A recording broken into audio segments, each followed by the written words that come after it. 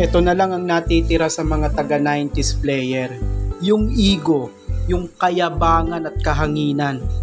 Na akala mo kung sinong pagkagaling-galing at parang nakubkub na nila ang buong basketball world. Mula nang umpisa at magpahanggang ngayon, sila na lang yung natatanging magaling.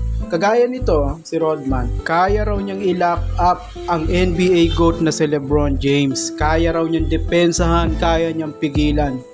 Dahil si LeBron daw po ay iisa lang naman ang move ni LeBron. Iisang move pero 40k points? Nagpapatawa ata si Mr. Rodman. Kung iisa lang pala move ni LeBron tapos naka 40k points, paano kaya kung marami pang move si LeBron? Baka 60k points, 80k points, o baka 100k points na si LeBron ngayon. So itong si Rodman nagsasalita ng kamangmangan. Mangmang kasi sa basketball si Rodman Walang talento. Ano ba talent ni Rodman sa basketball? Sige nga, ang talent ni Rodman, mangbalya, manalya, manakit ng kapwa player. Pero skill, gaya ng sabi ni Anthony Edward, walang skill or talent ang mga 90s player. Kasama ang ob-ob na si Rodman. Tapos babantayan mo ang NBA GOAT na si LeBron James. Hindi ka nga marunong mag-dribble Mag-aral ka munang mag-dribble. Mag-practice ka munang mag-shoot sa free throw. Hindi ka nga makashoot sa free throw, wala kang bantay Bago mo sabihin kaya mong bantayan, pigilan ang NBA GOAT na si LeBron James.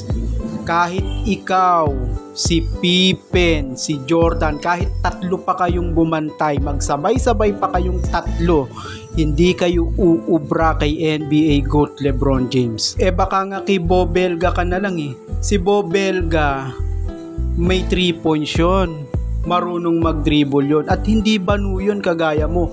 Baka dun na lang umiyak ka pag kaya nang bumantay sa'yo Tapos papangarapin mo pa at sasabihin mo pang si LeBron James kaya mong bantayan. Mahiyahiya ka naman, Rodman.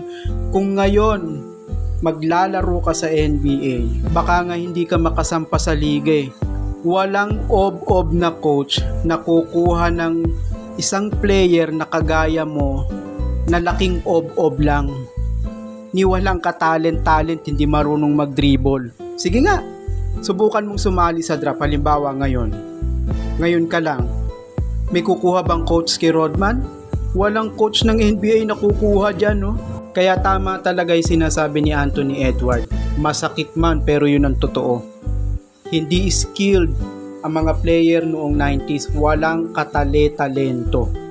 Siguro kung may talent na matatawag, ito yung kagaya ng talent ni Rodman, magyabang.